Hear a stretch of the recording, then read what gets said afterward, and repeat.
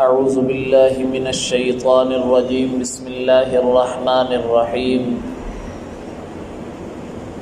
یا ایہا الذین آمنوا اذا تداینتم بدین الی اجل مسمی فاکتبوہ الآیہ صدق اللہ العظیم سبحان ربک رب العزت عما یصفون وسلام علی المرسلین والحمد للہ رب العالمین اللہم صلی علی سیدنا و مولانا محمد وعلی آل سیدنا و مولانا محمد وبارک وسلم ثم صلی علیہ۔ جو آیت کریمہ آپ کے سامنے تلاوت کی ہے، اس کو قرآن مجید کی بڑی آیت شمار کیا جاتا ہے کہ سب سے زیادہ بڑی آیت جو ہے قرآن مجید کی وہ یہی آیت کریمہ ہے۔ اور اس آیت کریمہ میں اللہ رب العزت نے لین دین، قرض، ان کے معاملات جو ہوتے ہیں ان کو ذکر کیا ہے۔ تو مفسرین کرام نے یہی وجہ لکھی ہے کہ کیونکہ یہ لین دین کا معاملہ بہت زیادہ بڑھ جاتا ہے، اس لیے یہ آیت کریمہ بھی بڑی طویل ہے، بہت لمبی ہے۔ اس آیت کریمہ میں بھی اللہ رب العزت ایمان والوں کو مخاطب کر کے فرماتے ہیں یا ایھا الذین آمنوا، اے ایمان والو، اذا تداینتم بدین، جب تم قرض کے ذریعے آپس میں ایک دوسرے سے کوئی معاملہ کرو، کوئی لین دین کرو، الی اجل مسمی، وقت مقرر تک۔ تو اس لفظ سے الی اجل مسمی سے اللہ رب العزت نے سمجھا دیا جب بھی کوئی معاملہ کرو اس کا وقت مقرر کر لیا کرو، اور وقت بھی ایسا مقرر کرو کہ جس میں کوئی ابہام نہ ہو۔ مثال کے طور پر ایک آدمی کہے کہ فصل کے کٹنے کا جب موسم آئے گا اس وقت میں تمہیں پیسے دوں گا۔ اب یہ ایسا مبہم لفظ ہے کہ فصل کبھی جلدی پک جاتی ہے، کبھی لیٹ پکتی ہے، تو اس میں لڑائی جھگڑے کا خطرہ ہے۔ اللہ نے فرمایا الی اجل مسمی، وقت مقرر کرنا ہے لیکن اس میں ابہام نہ ہو۔ اگر مہینہ متعین کیا ہے تو مہینے کا دن بھی متعین کرنا ہے کہ مہینے کی فلاں تاریخ کو میں تجھے پیسے واپس کروں گا، تاکہ لڑائی جھگڑے کی نوبت ہی نہ آئے۔ اس لیے اللہ نے فرمایا الی اجل مسمی، وقت مقرر تک، اور وقت جو مقرر کرنا ہے اس میں ابہام نہ ہو۔ فاکتبوہ، تو ایسا کوئی آپس میں تمہارا معاملہ بن جائے، قرض کی صورت ہو، کوئی لین دین آپس میں لینا ہو، تو فاکتبوہ، اس کو لکھ لیا کرو۔ وَلْيَكْتُبْ بَيْنَكُمْ كَاتِبٌ بِالْعَدْلِ، اللہ فرماتے ہیں یہ جو لکھنے والا معاملہ ہے یہ کوئی انصاف والا آدمی تمہارے درمیان، اور جو لکھنا پڑھنا جانتا بھی ہو، کوئی انصاف کے ذریعے اور انصاف والا آدمی جو تم دونوں مقرر کر دو، اس سے یہ معاملہ لکھوا لیا کرو۔ وَلَا يَأْبَ كَاتِبٌ أَن يَكْتُبَ كَمَا عَلَّمَهُ اللَّهُ، اور جو کاتب ہے اسے بھی چاہیے کہ وہ انکار نہ کرے۔ اگر کسی کاتب کو بلایا گیا ہے کہ ہمارا یہ آپس میں معاملہ ہے اور اس کو لکھو، اللہ فرماتے ہیں کاتب کو بھی یہ زیب نہیں دیتا کہ وہ لکھنے سے انکار کر دے، کما علمہ اللہ، جس طرح کہ اللہ نے اس کو سکھایا ہے۔ اگر اللہ نے اسے کتابت والی نعمت سے نوازا ہے، اگر وہ انکار کرے گا تو وہ اس نعمت کی ناشکری کر رہا ہے۔ اور یہ صرف کتابت کے معاملے میں نہیں، بلکہ جو بھی نعمت اللہ نے کسی کو دی ہے اس نعمت کو استعمال نہ کرنا، یہ اس نعمت کی ناشکری ہوتی ہے۔ اب اللہ نے اسے کتابت کا فن دیا ہے، اگر کوئی آدمی اسے بلاتا ہے کتابت کے لیے تو اسے چاہیے انکار نہ کرے، کما علمہ اللہ، جس طرح کہ اللہ نے اس کو سکھایا۔ فَلْيَكْتُبْ، پس چاہیے کہ وہ لکھے۔ ان کا آپس میں جو معاملہ ہے، اگر کوئی بلاتا ہے کاتب کو تو کاتب کو بھی چاہیے انصاف کے ساتھ ان کا معاملہ لکھ دے۔ وَلْيُمْلِلِ الَّذِي عَلَيْهِ الْحَقُّ وَلْيَتَّقِ اللَّهَ رَبَّهُ وَلَا يَبْخَسْ مِنْهُ شَيْئًا۔ آگے اللہ فرماتے ہیں کہ اگر کوئی ایسا آدمی ہے جس نے کسی کا قرض دینا ہے، وہ بیچارہ بول نہیں سکتا، لکھوا نہیں سکتا، وہ بیچارہ بول تو سکتا ہے لیکن وہ جو مسائل ہیں یا جو شریعت کے مسائل ہیں ان سے ناواقف ہے، یا مروجہ جو زبان ہے اس سے ناواقف ہے، تو وَلْيُمْلِلِ الَّذِي عَلَيْهِ الْحَقُّ وَلْيَتَّقِ اللَّهَ رَبَّهُ۔ ابھی وہ مسئلہ چل رہا ہے کہ یہ جس پر حق ہے، جس نے کسی کا مال دینا ہے، اب اسے چاہیے کہ وہ خود بول کر کاتب سے لکھوائے کہ میں نے فلاں آدمی کے اتنے پیسے دینے، اور وہ خود لکھوائے۔ وَلَا يَبْخَسْ مِنْهُ شَيْئًا، اس میں کمی نہ کرے۔ اب سوال پیدا ہوتا ہے اللہ نے کمی کا تو ذکر کیا ہے، زیادتی کا ذکر نہیں کیا کہ معاملہ لکھواتے ہوئے کمی نہیں کرنی، زیادتی کا اللہ نے ذکر نہیں کیا۔ تو اللہ نے سمجھا دیا کہ جب میں نے کمی کا ذکر کر دیا، کیونکہ جس نے کسی کے پیسے دینے ہوتے ہیں تو وہ یقیناً کم ہی پیسے لکھوانے پر اکتفا کرے گا، اس لیے اللہ نے اس بات کو ذکر کر دیا کہ وَلَا يَبْخَسْ مِنْهُ شَيْئًا، کمی نہیں کرنی۔ تو اس سے معلوم ہو گیا جب کمی نہیں کرنی تو زیادتی تو بطریق اولا نہیں کرنی۔ تو اللہ نے فرمایا کہ جب املا لکھوائے گا، بولے گا کاتب کو، تو اس میں کمی نہیں کرنی۔ تو اس سے یہ بھی سمجھ آ گئی جس طرح کمی نہیں کرنی تو زیادتی بھی نہیں کرنی۔ فَإِنْ كَانَ الَّذِي عَلَيْهِ الْحَقُّ سَفِيهًا أَوْ ضَعِيفًا أَوْ لَا يَسْتَطِيعُ أَن يُمِلَّهُ فَلْيُمْلِلْ وَلِيُّهُ بِالْعَدْلِ، اگر وہ شخص جس نے کسی کے پیسے دینے ہیں وہ بیچارہ بے وقوف ہے، سمجھ نہیں رکھتا، اب وہ کیا کرے؟ یا کمزور ہے یا وہ طاقت نہیں رکھتا کہ وہ املا لکھوائے، فَلْيُمْلِلْ وَلِيُّهُ بِالْعَدْلِ، اب جس نے پیسے دینے ہیں اس کے جو ورثاء ہیں، ولی ہیں، چاہے باپ ہے، چاہے اس کا باپ ہے تو اس کا بیٹا ہے، چاہے اس کا چچا ہے، جو بھی اس کے وارث ہیں، انہیں چاہیے کہ وہ اس کی طرف سے اس کے املا لکھوا دے، یعنی وہ کاتب کو لکھوا لے۔ اگر یہ بیچارہ خود ضعیف ہے، کمزور ہے، یا بیچارہ گونگا ہے، بول نہیں سکتا، تو اب کیا کریں گے؟ اس کے ورثاء ہیں وہ خود جو ہے اس کی طرف سے املا لکھوائیں کاتب کو، لیکن لکھوانا انصاف کے ساتھ ہے۔ اللہ ہر معاملے میں کہہ رہے ہیں وَلِيُّهُ بِالْعَدْلِ یکتب بِالْعَدْلِ، کاتب کو بھی چاہیے کہ وہ انصاف کرے، آگے جو ولی ہیں جو املا لکھوا رہے ہیں وہ بھی انصاف کے ساتھ لکھوائیں، اور یہ خود جو لکھوانے والا ہے یہ بھی انصاف کے ساتھ لکھوائے۔ وَاسْتَشْهِدُوا شَهِيدَيْنِ مِن رِّجَالِكُمْ، اللہ فرماتے ہیں بہتر ہے، یہ کوئی حکم جو اللہ دے رہے ہیں یہ وجوبی نہیں ہے، واجب نہیں ہے، بلکہ اللہ فرما رہے ہیں بہتر یہ ہے وَاسْتَشْهِدُوا شَهِيدَيْنِ مِن رِّجَالِكُمْ، جب یہ تمہارا معاملہ ہو رہا ہو تو اس وقت 2 گواہ بنا لیا کرو اپنے مردوں میں سے، کوئی 2 مرد گواہ بنا لیا کرو۔ یہ حکم جو ہے یہ وجوبی نہیں ہے کہ آپس میں لین دین کرتے ہوئے گواہ بنانا کوئی واجب نہیں ہے، بلکہ بہتر طریقہ یہ ہے کہ معاملہ کرتے ہوئے 2 مردوں کو گواہ بنا لینا چاہیے۔ اگر 2 مرد میسر نہ ہو کہ جب معاملہ کر رہے تھے وہاں 2 مرد نہیں تھے تو پھر 1 مرد اور 2 عورتیں گواہ بنانی ہیں۔ اب یہاں اللہ نے فرمایا 1 مرد اور 2 عورتیں، اور پہلے فرمایا کہ 2 مردوں کو گواہ بنانا، اس کی وجہ کیا ہے؟ حدیث مبارکہ میں آتا ہے کہ آپ علیہ الصلاۃ والسلام نے فرمایا عورتوں کو کہ تم صدقہ اور خیرات زیادہ کیا کرو، میں نے جہنم میں سب سے زیادہ جو دیکھی ہیں وہ عورتوں کو پایا ہے، کہ جہنم میں نے جب معراج والی رات آپ علیہ الصلاۃ والسلام کو جہنم کی سیر کروائی گئی، جہنم کا نظارہ دکھایا گیا، تو اس وقت آپ علیہ الصلاۃ والسلام فرماتے ہیں میں نے جہنم میں سب سے زیادہ عورتوں کو دیکھا ہے۔ اور اس وقت اللہ کے پیغمبر نے ایک جملہ ارشاد فرمایا، آپ نے فرمایا عورت باوجود بے عقل اور کم دین ہونے کے، بے عقل سے مراد کم عقل اور کم دین ہونے کے، یہ سب سے زیادہ مردوں کی عقل مارنے والی ہیں۔ یعنی اگر مرد کا دماغ اور عقل خراب کرتی ہیں تو وہ سب سے زیادہ عورتیں کرتی ہیں۔ اور اللہ کے پیغمبر نے ایک جملہ ارشاد فرمایا کم عقل اور کم دین ہونے کے باوجود۔ اب کم عقل کس طرح ہے؟ واضح ہے کہ 1 مرد 2 عورتیں 1 مرد کے قائم مقام ہے، کہ اگر مرد ہیں تو 2 مردوں نے گواہی دینی ہے، اگر 2 مرد نہیں تو پھر 1 مرد اور 2 عورتیں، تو یہ ان کی کم عقلی کی نشانی ہے کہ اللہ فرماتے ہیں کہ اگر 2 مرد نہیں ہیں تو پھر 1 مرد اور 2 عورتوں کو گواہ بنانا ہے۔ اور کم دین کس طرح؟ کہ جب حیض اور خاص دن ان کے ہوتے ہیں اس وقت وہ نماز بھی نہیں پڑھ سکتی، روزہ بھی نہیں رکھ سکتی، یہ مسائل ہیں، یہ کم دین ہے۔ اور کم عقل کیا ہے کہ ان کی گواہی 2 عورتوں کی گواہی قائم مقام 1 مرد کے ہے۔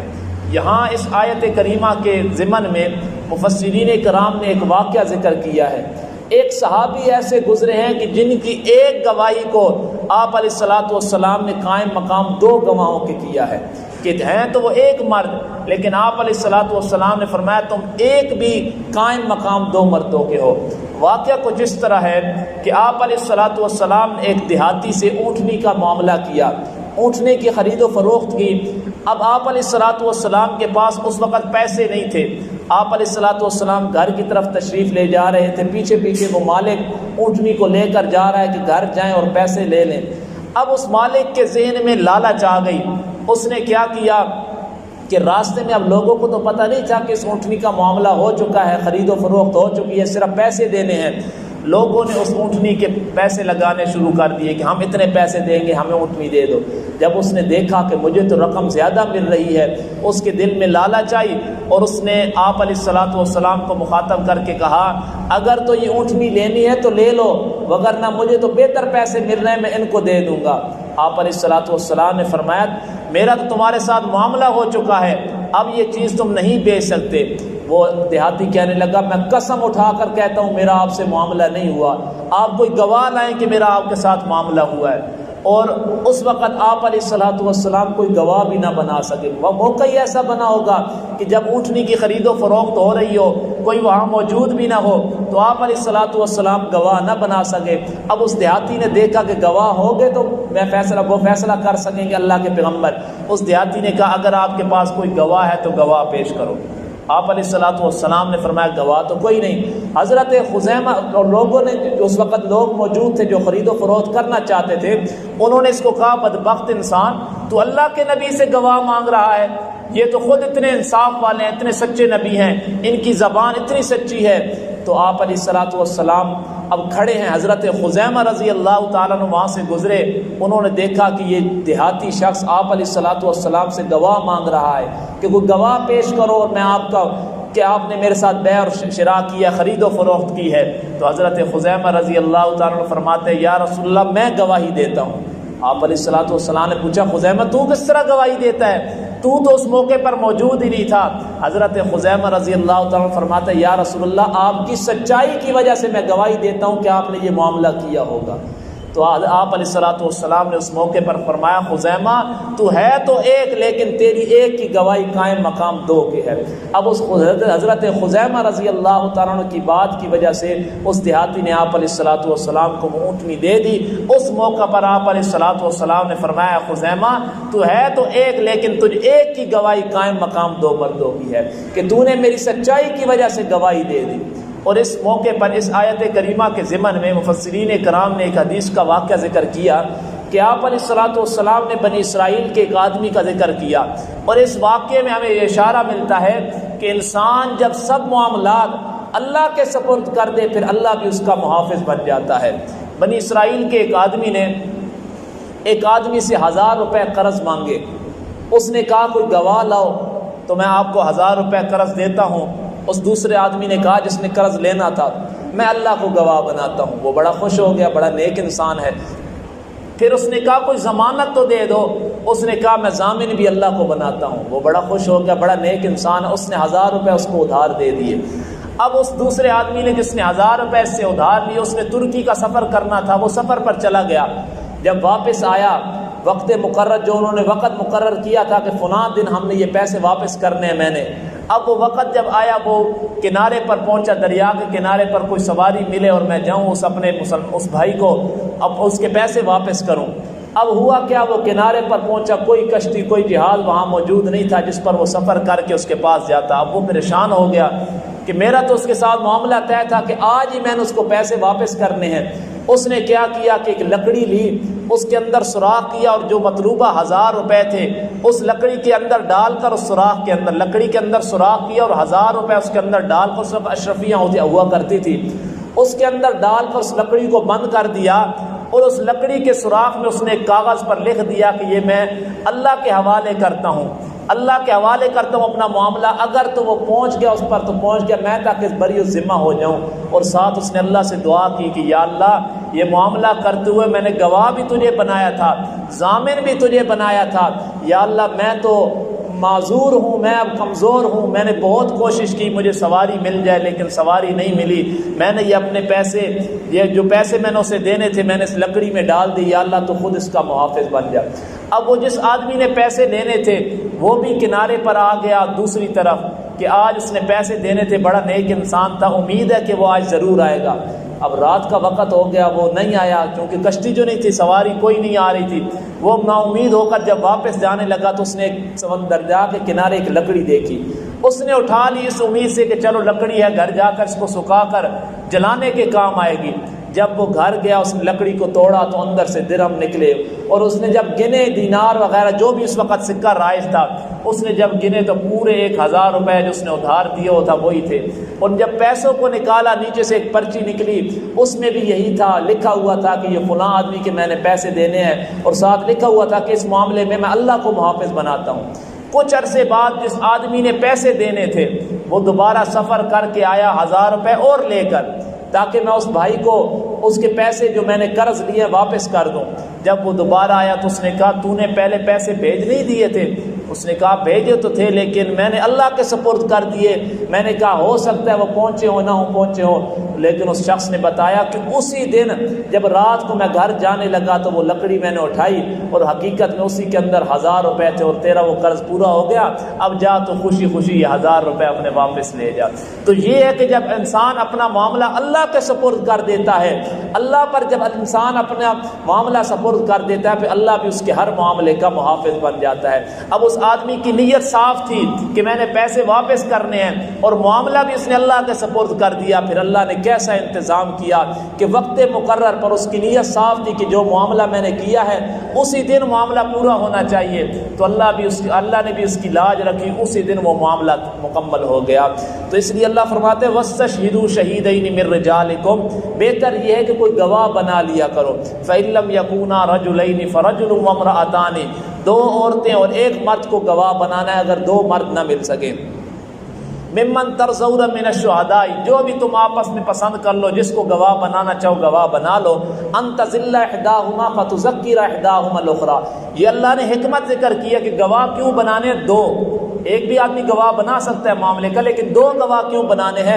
اللہ فرماتے ہیں ہو سکتا ہے کوئی ایک آدمی ایک گواہ بھول جائے تو دوسرا اس کو یاد کرا دے گا، نہیں ہم دونوں نے گواہی دی تھی فلاں معاملے کی، اس لیے 2 گواہ بنانے ہیں۔ ولا یأبى الشهداء اذا ما دعوا، جب وہ وقت مقرر آئے اور گواہوں کو بلایا جائے تو گواہوں کو بھی یہ زیب نہیں دیتا کہ اس وقت وہ انکار کر دے کہ ہم گواہی نہیں دیتے۔ ولا تسأموا ان تكتبوه صغيرا او كبيرا الى اجل، اللہ فرماتے ہیں معاملہ تو بڑا مشکل ہے لیکن اکتانا نہیں ہے، چاہے کوئی چھوٹا معاملہ ہے یا بڑا معاملہ ہے، بہتر یہ ہے کہ لکھ لیا کرو۔ ذالکم اقسط عند اللہ، یہ لکھنا یہ اللہ کے ہاں بھی بڑا انصاف والا معاملہ ہے کہ بہتر ہے، لڑائی جھگڑے سے بچ جاؤ گے اور اللہ اس کو بڑا پسند کرتے ہیں۔ واقوم للشہادہ، اور گواہی کے لیے بڑی درست بات ہے کہ جب معاملہ لکھا ہوگا تو گواہوں کے لیے گواہی دینا آسان ہو جائے گا۔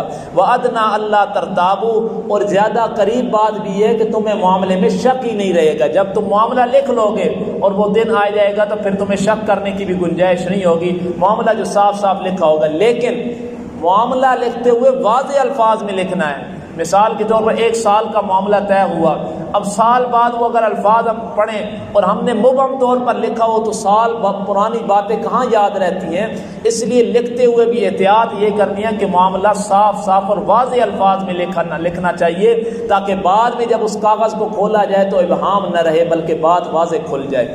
الا ان تکون تجارتا حاضرتا تدیرونھا بینکم، ہاں اللہ فرماتے ہیں اگر کوئی ایسا معاملہ ہے جو ہاتھوں ہاتھ ہے کہ فلاں نے کوئی چیز لی اور دوسرے آپ نے اس کو اسی موقع پر ہاتھ پر اس کو پیسے دینے تو پھر لکھنے کی ضرورت نہیں۔ فلیس علیکم جناح الا تکتبوها، اللہ فرماتے ہیں پھر کوئی حرج نہیں کہ اگر تم نہیں لکھتے۔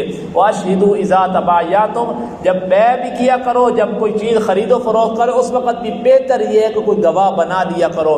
ولا یزار کاتب ولا شہید، نہ کاتب کو تکلیف دی جائے اور نہ ہی گواہوں کو کہ کاتب کو بھی بار بار بلایا جائے، یار ہم نے معاملہ کرنا، ایک ہی دفعہ بلا کر لکھوا لو، اور گواہوں کو بھی بار بار تکلیف نہیں دینی، بس جب وقت مقرر آئے تو گواہوں کو بلا لو اور معاملہ ختم کر دو۔ وَإِن تَفْعَلُوا فَإِنَّهُ فُسُوقٌ بِكُمْ، اللہ فرماتے ہیں اگر تم نے کاتب اور گواہوں کو تکلیف دی تو یہ تمہارا فسق ہے، یہ تم نے فاسقوں والا کام کیا ہے۔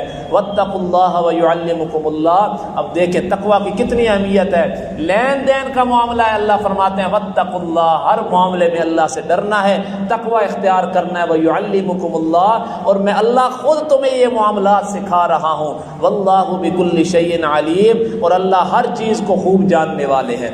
اگلی آیت کریمہ میں بھی اللہ رب العزت نے یہی معاملات کا ذکر کیا ہے۔ اللہ فرماتے ہیں اگر تم سفر میں ہو اور کوئی تم نے آپس میں معاملہ کرنا ہے ادھار کا یا کوئی قرض لینا ہے تو اگر تم وہاں کاتب نہ پاؤ، کیونکہ عموماً سفر میں کاتب کا ملنا مشکل ہو جاتا ہے جس سے آدمی لکھوائے، تو اس وقت کیا کرنا ہے، کوئی رہن رکھ لینا ہے، کوئی چیز رکھ لینی ہے۔